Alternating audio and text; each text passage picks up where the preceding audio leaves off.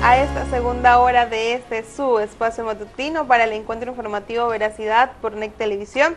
Y el día de hoy en la sección de la entrevista estaremos conversando con el presidente de APULA, el profesor Luis Loaiza, a propósito, del paro de la universidad, el cual estaba pautado para estas 72 horas, pero también de una serie de situaciones que se han venido presentando y que han sido noticia en la prensa regional. Pero antes de darle la bienvenida oficial, les recuerdo el número de contacto entre ustedes y nosotros a través del 0416-079-3181, 0416-079-3181. Profesor, bienvenido a este espacio, de verdad muy agradecida porque haya aceptado nuestra invitación.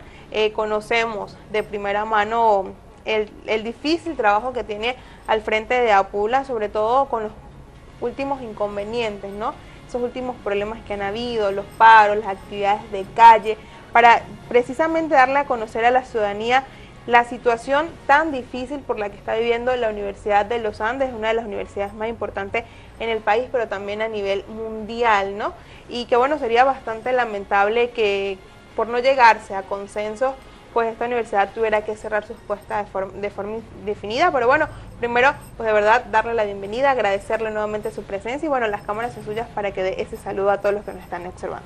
Muchísimas gracias por la invitación, un gusto estar aquí con ustedes nuevamente. Ya habíamos estado en otra oportunidad, pero había otra moderadora. Sí, también. Y pues es un gusto venir al Vigía, a Alberto Adriani, a conversar con ustedes de estos temas de la universidad que está tan cerca y a veces también está tan lejos. Efectivamente, la universidad viene enfrentando una circunstancia muy difícil, igual que el resto del país. La universidad no escapa a este proceso de descomposición nacional que estamos viviendo y eso nos ha obligado como representantes gremiales, como representantes de los profesores, a buscar fórmulas de movilización, de generación de opinión para destacar lo que está ocurriendo y al mismo tiempo defender nuestros propios derechos como universitarios en el marco de la defensa de la universidad.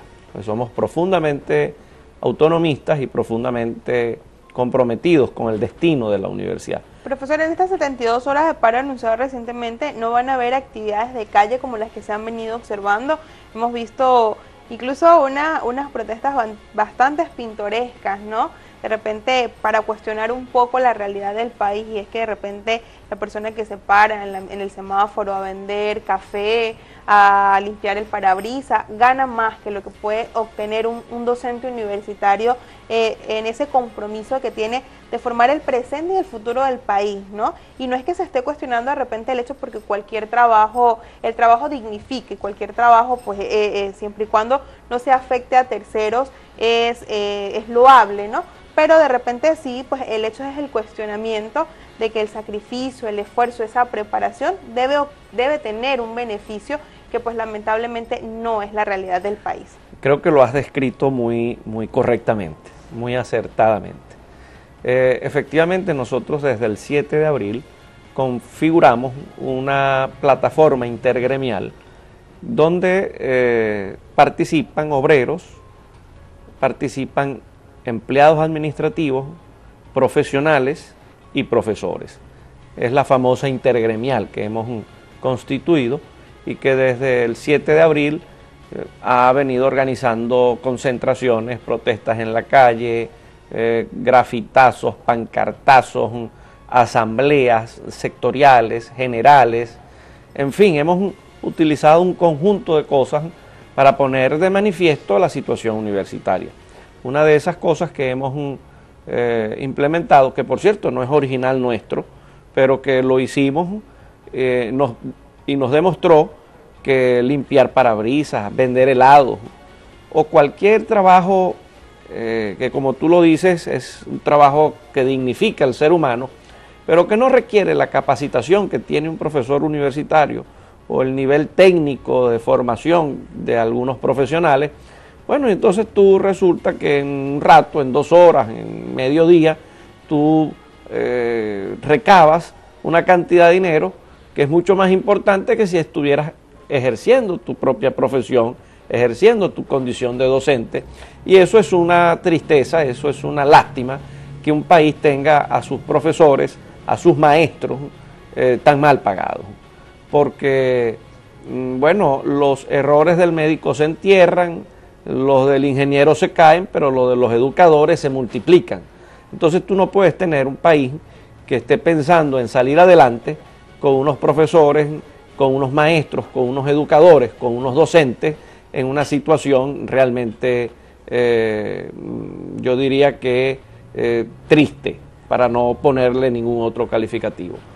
Nosotros, además, emprendimos una tarea de acercamiento con otros gremios, gremios docentes, colegios profesionales, bueno, porque no se trata simplemente de la defensa de nuestros derechos como universitarios, sino de la defensa de la universidad y de la necesidad de conectarnos con otros sectores para hacer causa común en la defensa del salario. Y que además yo creo que es importante porque, bueno, si bien es cierto, la Universidad de los Andes lo hace con sus profesores porque es la mayoría de la matrícula, ¿no?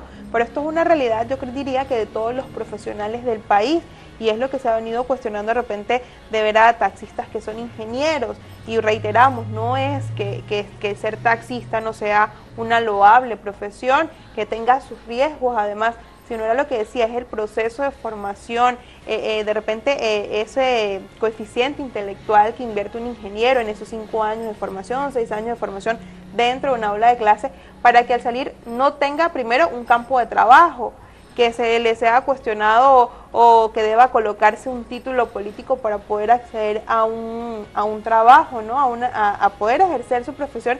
Entonces yo creo que pues la idea de que el gremio universitario comparta esta realidad triste, como usted lo decalifica, con los demás colegios y con las demás instituciones de profesionales del país, pues sin duda es bastante interesante porque es una realidad nacional, es una realidad colectiva además. Ciertamente es una realidad que estamos enfrentando los venezolanos sin ningún tipo de distinciones, pero te decía que en ese encuentro con los sectores gremiales, sindicales, profesionales, por supuesto que se produjo el contacto con los maestros, con los educadores, con el magisterio venezolano, que también están dando una pelea para el reconocimiento de sus derechos. Y entonces tú terminas conociendo aspectos como lo que acabas de señalar, de la situación de mal remuneración que están recibiendo profesionales muy calificados y que los obliga a la búsqueda de otras alternativas económicas que no están acordes con su preparación, pero que son salidas informales, pero salidas al fin para resolver, para compensar, para resolver la precariedad del salario que como profesional devengan. Nosotros estamos en la obligación, como asociación de profesores, como representantes de los profesores, a defender los derechos de los universitarios, entendiendo que no podemos ejercer la defensa de esos derechos en contra de la institución, sino que tiene que ser en defensa de la institución. Por tanto, junto al tema de la reivindicación socioeconómica, está el tema de la solicitud de un presupuesto justo para la universidad, porque la universidad, aunque pague bien a sus trabajadores, en ese hipotético caso, está pasando por una situación en la que no tiene cómo poder desarrollar la labor académica, la labor de investigación, la labor de extensión. Entonces, estamos enfrentando una crisis que tiene múltiples aspectos, es una crisis completa del sistema universitario, porque tiene que ver con el salario, tiene que ver con el sistema de previsión social que ampara a todos los trabajadores, tiene que ver con infraestructura, tiene que ver con dotación de bibliotecas y laboratorios, tiene que ver con la infraestructura de apoyo al estudiantado, o sea, becas, salud, recreación, deporte, porque bueno, el concepto de universidad es integral, y entonces tú ves, por ejemplo, cómo los estudiantes han venido perdiendo los servicios que eran fundamentales y que distinguieron a la Universidad de los Andes como una universidad muy importante en toda Venezuela, donde venía gente de los más apartados rincones del oriente, del sur, del centro y de occidente a estudiar, porque iban a conseguir una casa, una madre que bueno, propiciaba el estudio, la formación y la superación de esos jóvenes de las distintas regiones del país. Eso es muy difícil ahora. Tener a un hijo estudiando en la universidad es altamente costoso, y además no solamente el tema de mantenerlo estudiando en la ciudad, sino que usted espera que la formación que ese joven reciba sea una formación de calidad. El problema es que cómo mantenemos la calidad con unos sueldos que no remuneran la capacitación de esos profesores. Yo voy a poner un ejemplo para que el que me esté viendo y escuchando pues me entienda.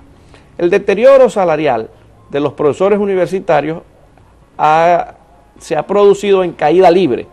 En el año 2001, un profesor universitario ganaba cerca de 13 salarios mínimos.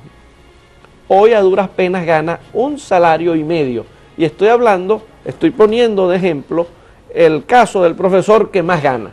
Entonces tú tienes un licenciado con una maestría, con un doctorado, con investigación, con trayectoria académica, para que se gane un salario y medio. Ese salario y medio se lo gana cualquiera, que es lo que hemos puesto al descubierto con estas protestas. Se lo gana cualquiera, sin ninguna preparación, vendiendo helados, limpiando vidrios. Pero tú no puedes tener a un doctor con investigación, con docencia, con producción académica, ganando lo que se gana el que limpia un parabrisas. Eso en un país serio no ocurre. Entonces, ¿qué está pasando en las universidades? Bueno, que se está produciendo una diáspora académica.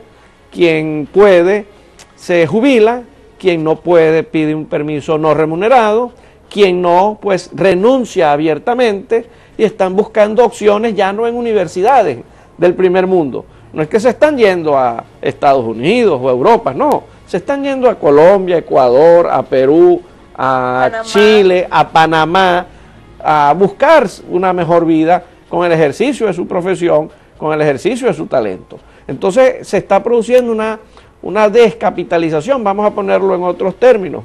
Se está produciendo un vaciamiento de las universidades que es muy peligroso. ¿Por qué? Porque no solamente hace un esfuerzo el que estudia, sino el país que subsidia, el país que hace la inversión para que esa persona se forme. De manera que el país está haciendo un esfuerzo que se está perdiendo, por lo que tú decías, porque no se consigue empleo, porque el empleo remunerado es muy bajo, porque este país está en una crisis profunda de la que no se salvan las universidades.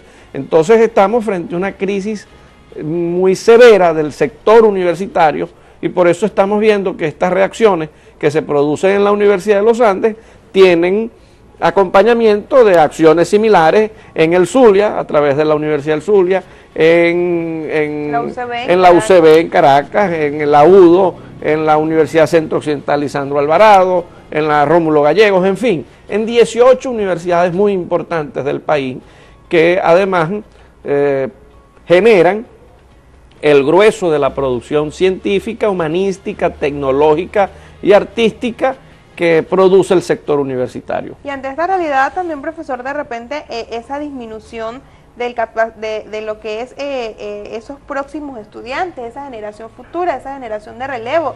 Y es que actualmente es importante, o se ve con preocupación, como en jóvenes de cuarto y quinto año de bachillerato, cuando tú le preguntas qué carrera va a ejercer, pues te dicen, mira, yo no tengo pensado ir a la universidad porque es que a mí no me conviene perder 5 años, y así te lo dicen, perder 5 años, que cuando yo salga no voy a conseguir trabajo, voy a ser un desempleado más.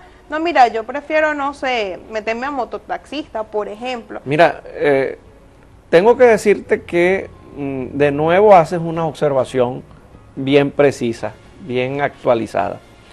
Hasta hace unos meses quizás yo hubiese diferido de tu apreciación, pero después de visitar el núcleo del Táchira en varias oportunidades y de ver cómo cursos que normalmente tenían unos 70, 80 estudiantes y que ahora tienen apenas 10, por supuesto que tuve que preguntar, ¿qué está pasando aquí? Y lo que me están respondiendo es lo que tú acabas de describir. O sea, no solamente dejó de ser atractivo para un profesional hacer carrera académica, sino que también para la juventud ha dejado de ser atractivo estudiar, porque consigue opciones de remuneración mucho más rápidas y sustanciosas en la economía informal, en el bachaqueo, en cualquier otra actividad. Eso está afectando severamente las posibilidades de que el país salga adelante, porque si disminuye la vocación universitaria de nuestros jóvenes para formarse, para calificarse, entonces este país está perdiendo posibilidades de futuro. Eso es lo que estamos perdiendo. Por eso decía que la crisis no es solo de la universidad. Esto es un barco que se hunde. El país es un barco que está naufragando. Y la universidad es solo uno de los departamentos de ese barco. De manera que nosotros entendemos perfectamente que la salvación de la universidad depende de la salvación del barco completo, que es el país.